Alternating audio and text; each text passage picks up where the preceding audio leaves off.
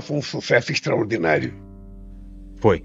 Ele estabilizou a inflação. Era E estabilizou o hiperinflação. preço. E aí o Fernando Henrique Cardoso também eu era sozinho. Era só o PT e o PCdoB contra o mundo. E eu ainda tinha que falar mal do real. Eu saí aqui do Ministério Público da Espanha para saber como funcionam os trâmites para que a gente entre com esse pedido de investigação contra o Lulinha. E chamei para vir comigo o doutor Daniel Romero, que foi quem venceu Alexandre de Moraes na Espanha contra a extradição de Oswaldo Eustáquio. E nem se poderia nunca cogitar de qualquer tipo de atuação que fosse contrária à liberdade de imprensa, porque este é um direito da cidadania brasileira. Tem algum testemunho de milagre, de bênção que recebeu de Jesus? Eu sou um milagre. Por quê? Já fui atropelada, já dei AVC 3 vezes, já estive na cova da morte, mas Deus me tirou. Graça e paz. Seja bem-vindo ao Jornal da Fé. Notícias que edificam e fé que transforma. Amém. É sempre um prazer ter você em nossa sintonia. Obrigado por nos honrar e ter você aqui conosco. Pois nós estamos começando mais uma edição do Jornal da Fé com essas manchetes. Nicolas Ferreira sofre apagão e fica sem publicações no Instagram. Olha de quem o Lula fala mal. Dino retira sigilo de decisões sobre suposta organização criminosa no Maranhão. E ministra fala de liberdade de expressão. Será que nós temos liberdade de expressão aqui no Brasil, pastor? Reestruturação no varejo. Casas Bahia fecha 298 lojas e corta empregos. E mais uma do Lulinha, agora lá na Espanha. Testemunho. Após passar por 3 AVCs, mulher diz que Deus fez um milagre em sua vida. Eu sou o pastor Marconi Silva. E eu sou a pastora Juliana Silva. Fiquem junto conosco, se inscreva em nosso canal, dê seu like, hype nossos vídeos, venha ser membro. E lembre que temos um pedido todo especial lá no comentário fixado. Vai lá e dá uma olhadinha, de repente você faz parte conosco desse sonho. E vamos de matéria. Henrique. Aí veio com o Fernando Henrique Cardoso a segunda, em 94. E o que você aprendeu dessa... Não, que não aprendi, eu aprendi que ninguém ganha um jogo antes da hora. Porque em março de 94, eu tinha 40%, o Fernando Henrique Cardoso tinha 12%. Caramba. Mas acontece que o Plano Real foi um sucesso extraordinário. Foi. Ele estabilizou a inflação. Era hiperinflação. E estabilizou o preço. E aí o Fernando Henrique Cardoso também eu era sozinho.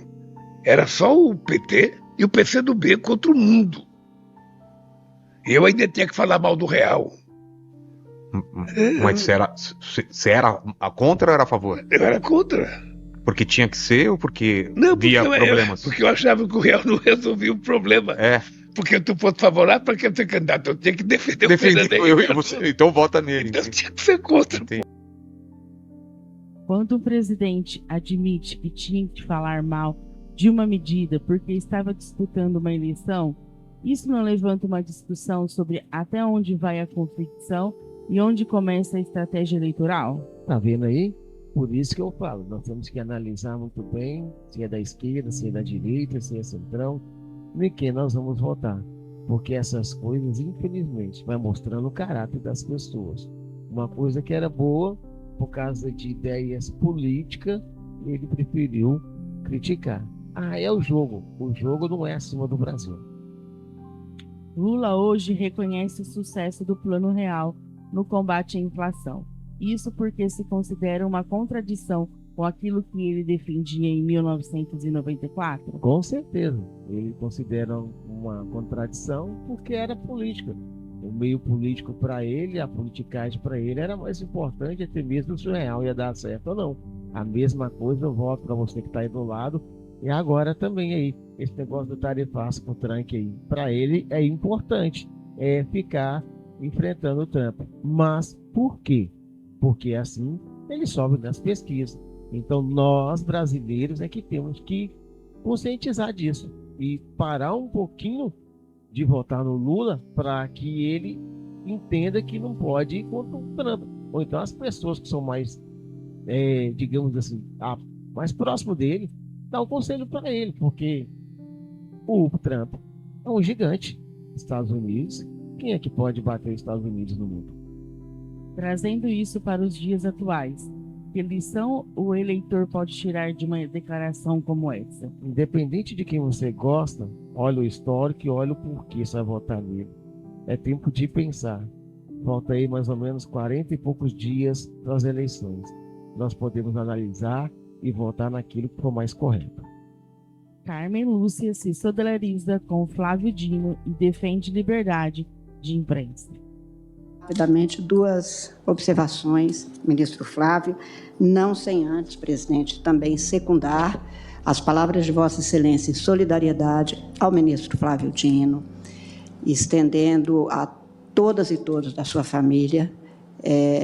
Nós tivemos aqui, ministro, bem antes da chegada de Vossa Excelência, da benfazeja chegada de Vossa Excelência, um colega que sofreu barbaramente, porque a sua família também tinha sido perseguida com fotos e tudo mais, há de se lembrar, ainda em 2009, e tudo isso para dizer que há consequências, porque aquele meu queridíssimo colega me dizia: eu escolhi estar aqui quando fui convidado, minha família não.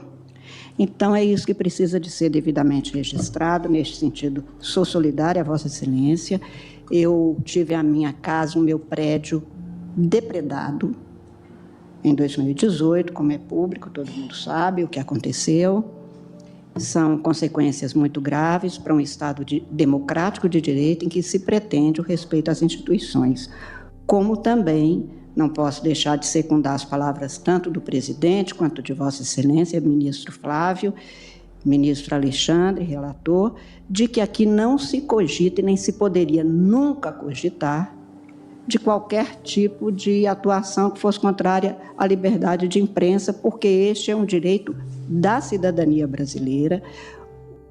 Chama atenção Carmen Lúcia prestar solidariedade a Flávio Dino, mas ao mesmo tempo fazer questão de defender a imprensa e o sigilo da fonte. Que mensagem é essa que ela passa com essa posição? Olha, pastora, claro que está errado pegar as fotos de uma família e colocar em público. Tem que ser processado desse caso, se aconteceu isso, o jornalista, não a fonte. É um direito. Por que foi invadir a casa da fonte?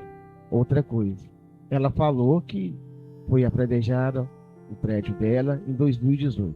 Correto? Não. Alguns dias atrás também foi apredejado, fizeram manifestação em frente à Embaixada Americana no Brasil. Está correto? Então, antes da pessoa falar alguma coisa, e ela está certa nos pontos que ela colocou, tem que ver as coisas por dois lados. Pode um ministro usar carro público para beneficiar a família? Também não. Então, quem está certo nisso? E quem está errado em tudo isso? Eis aí a questão. Analise você que está do outro lado, porque está chegando o dia de votar.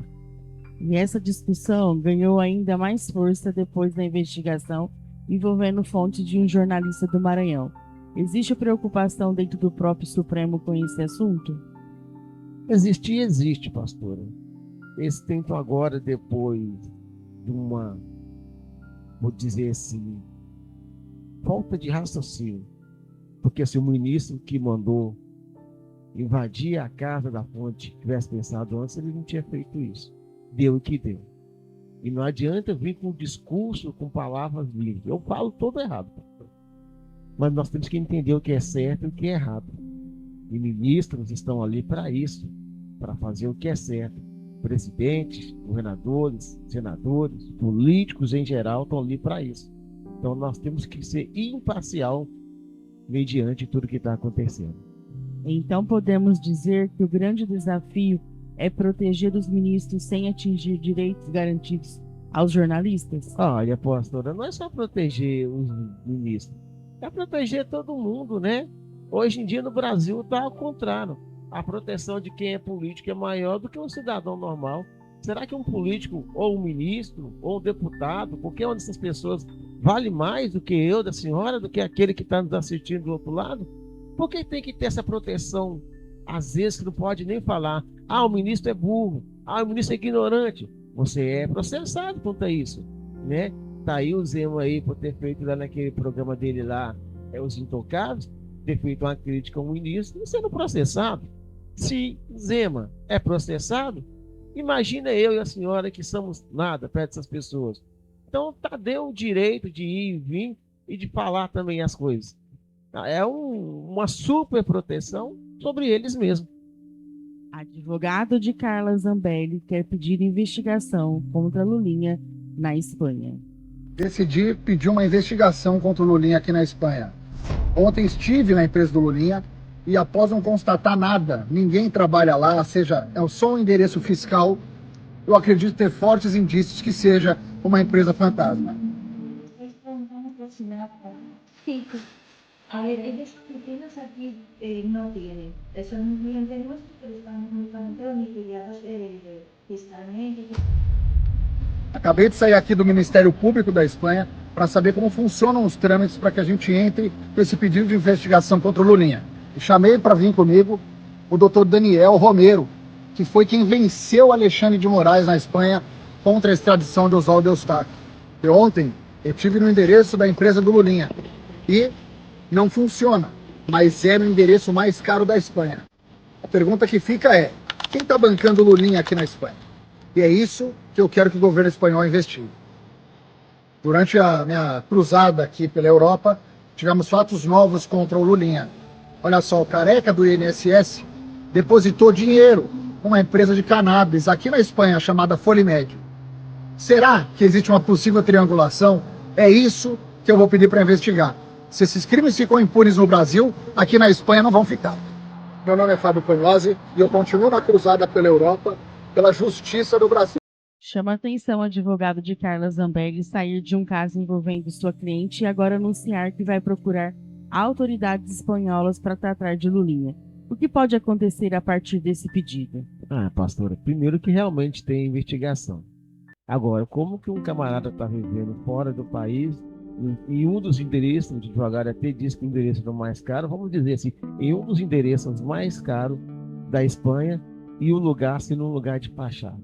Tá vendo que tem tanta coisa errada no Brasil, pastor?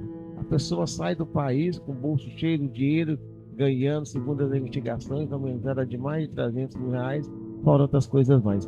Como isso tudo vai ser resolvido?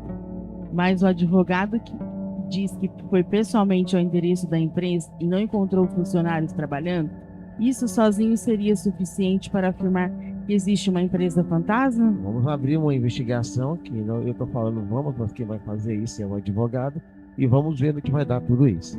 Agora, se o Ministério Público Espanhol decidir realmente abrir uma investigação, o caso pode ganhar uma dimensão política ainda maior aqui no Brasil? Pode e deve. Aí a gente vai ver onde tá as coisas, né?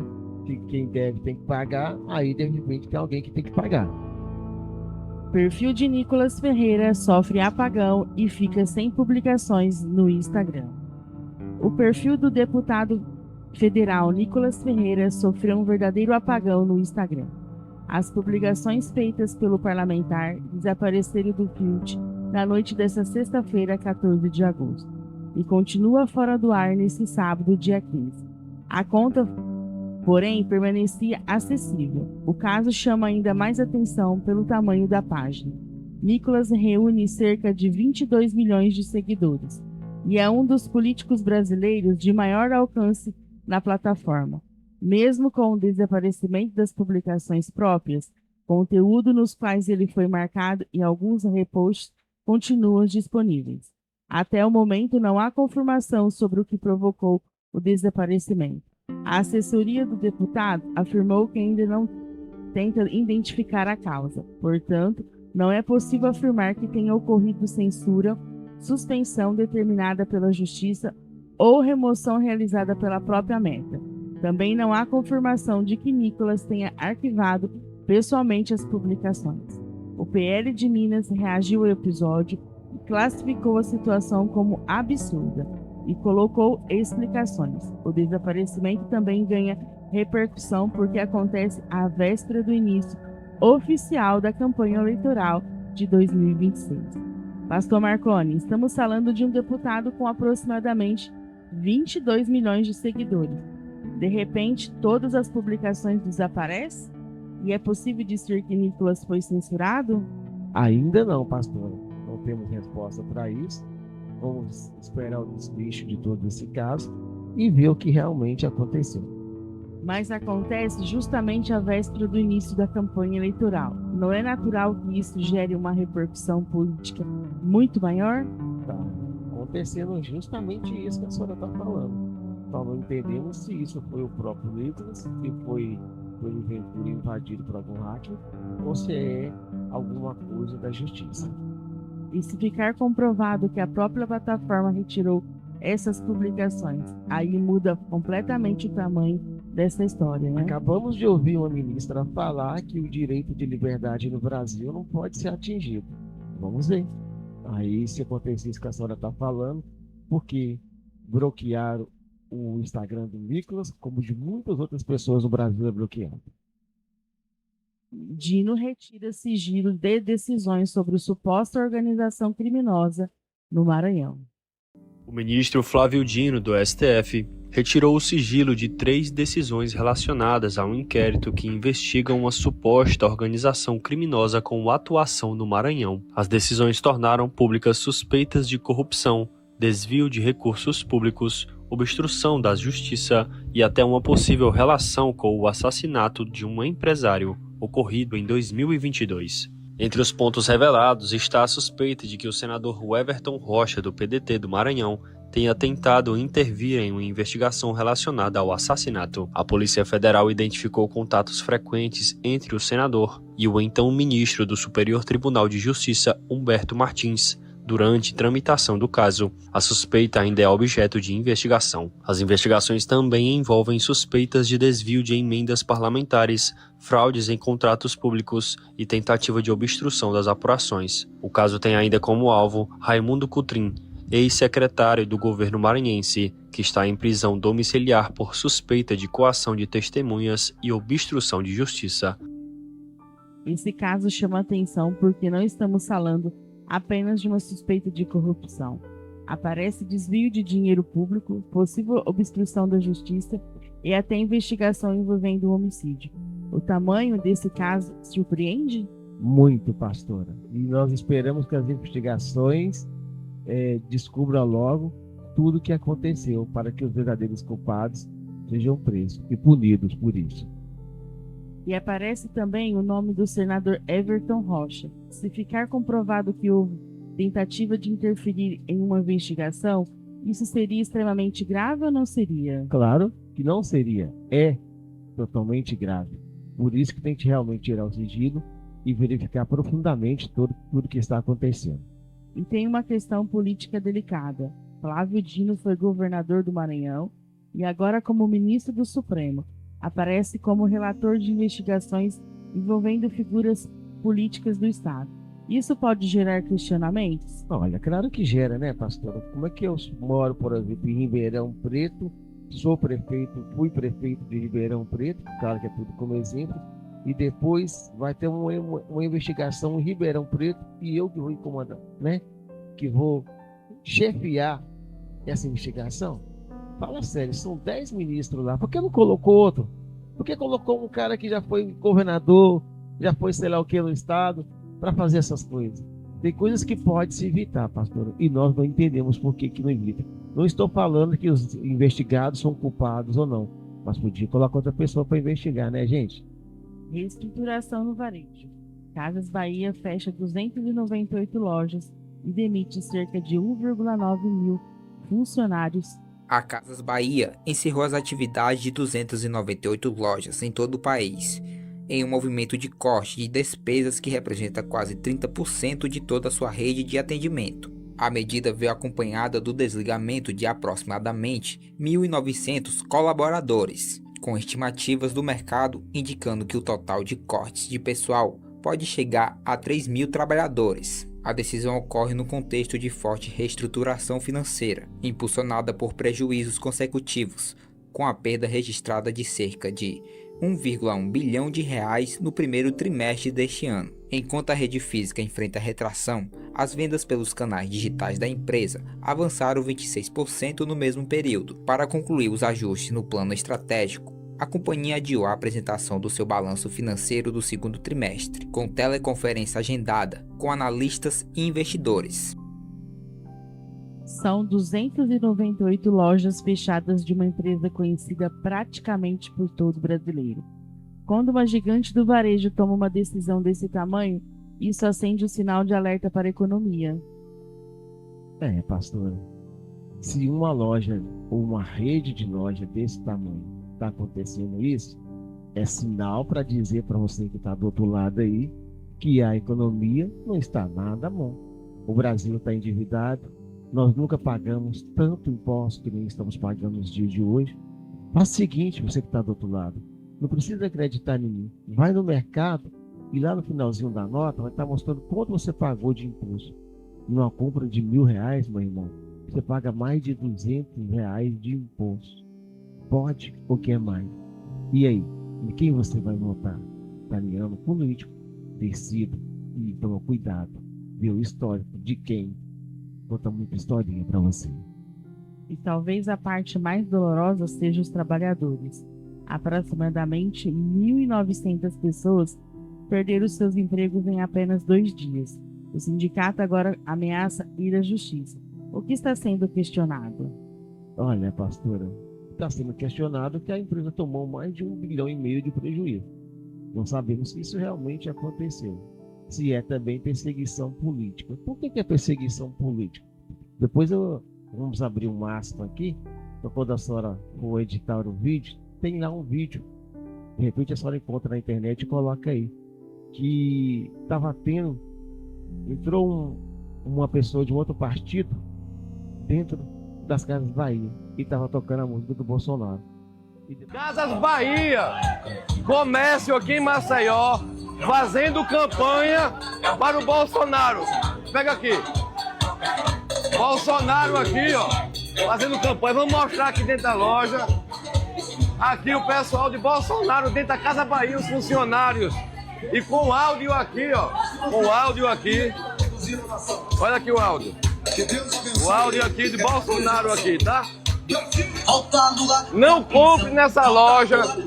Olha ali o áudio. Quem é petista não compra mais na Casa Bahia. E depois aconteceu isso. Ninguém sabe se isso é perseguição política, se a empresa realmente tomou prejuízo. Pastor, para quem cresceu ouvindo aquele famoso quer pagar quanto e viu as Casas Bahia se tornar símbolo do varejo popular brasileiro, ver quase 300 lojas fechando, não mostra também como o comércio mudou? Pastora, nós não sabemos dizer se é o comércio que mudou, se é perseguição política. Como eu disse da senhora, vamos verificar e vamos ver direitinho o que é. Mas a empresa vai ter por esse tanto de loja de aumento? Tem algo estranho aí, né? Testemunho. Após passar por 3 AVCs, mulher diz que Deus fez um milagre em sua vida. Tem algum testemunho de milagre, de bênção que recebeu de Jesus? Eu sou um milagre. Por quê? Já fui atropelada, já dei AVC 3 vezes, já tive na cova da morte, mas Deus me tirou de lá. Um dia eu estava internada e o médico estava conversando com outro e falou, se ela amanhecer viva amanhã, nós fazemos alguma coisa por ela. Eu estava ali sem dormir, escutando ele falando. Eu virei e falei assim, Jesus, se verdadeiramente o Senhor vai me tirar daqui é para ir e vir. Eu não quero sair daqui para poder ficar em cima de uma cama e ser problema para os outros. Então, se for para mim ir embora, o Senhor perdoa meus pecados e me leva. E meu genro esteve lá e fez essa mesma oração no monte. Como foi, no outro dia o médico chegou e eu estava andando no corredor do hospital de Lamberes. Meu Deus do céu, curado. Milagre de que é isso? Não, esse já é um grande milagre. É um milagre. Onde a senhora está indo agora? Estou indo para Nova Jerusalém de Cristo. Está indo para o culto? Estou indo para louvar e glorificar meu Deus. Depois de tantas notícias difíceis, terminamos com uma mulher dizendo que passou por 3 AVCs e hoje está aqui para contar sua história. Um testemunho como esse não nos faz olhar para a vida de uma maneira diferente? Claro, e entender que Deus é o mesmo ontem, hoje e sempre. Essa mulher, os médicos já não tinham nem experiência. Se amanhã ela amanhecer viva. E o que aconteceu, pastora? Eles se encontraram com ela no outro dia, andando pelos corredores. E talvez alguém esteja nos assistindo agora e enfrentando uma enfermidade, ou passando por um momento em que já perdeu a esperança. O que esse testemunho pode dizer para essa pessoa? O mundo, os médicos podem te dizer não, mas a última palavra é do nosso Deus. Então não desista, porque Deus, ele não desiste de ninguém, pastora. Vamos para o pensamento do dia. Já parou para pensar em tudo isso? O que está acontecendo? Prestou atenção em tudo que saiu no jornal? Prestou atenção na sua vida? Olha o testemunho de vida dessa mulher. O que você pode fazer? Deus, ele não vai desistir de você. Você vai desistir de Deus, do seu chamado, da sua vida, da sua família, do seu emprego, do seu trabalho, da sua casa, da sua história? Não, meu amigo. É momento de persistir, de continuar em frente. Então siga em frente, porque Deus tem para você é maior. Não perca tempo, se inscreva em nosso canal, deixe o seu like, hype nossos vídeos e lembre-se que temos um pedido todo especial, é um sonho, lá no comentário fixado. Vai lá, participa com a gente. Amanhã, nesse mesmo canal, nesse mesmo horário, nós estamos de volta, eu e a pastora Juliana, com mais um Jornal da Fé. Fique na paz, pois com ela estamos indo embora.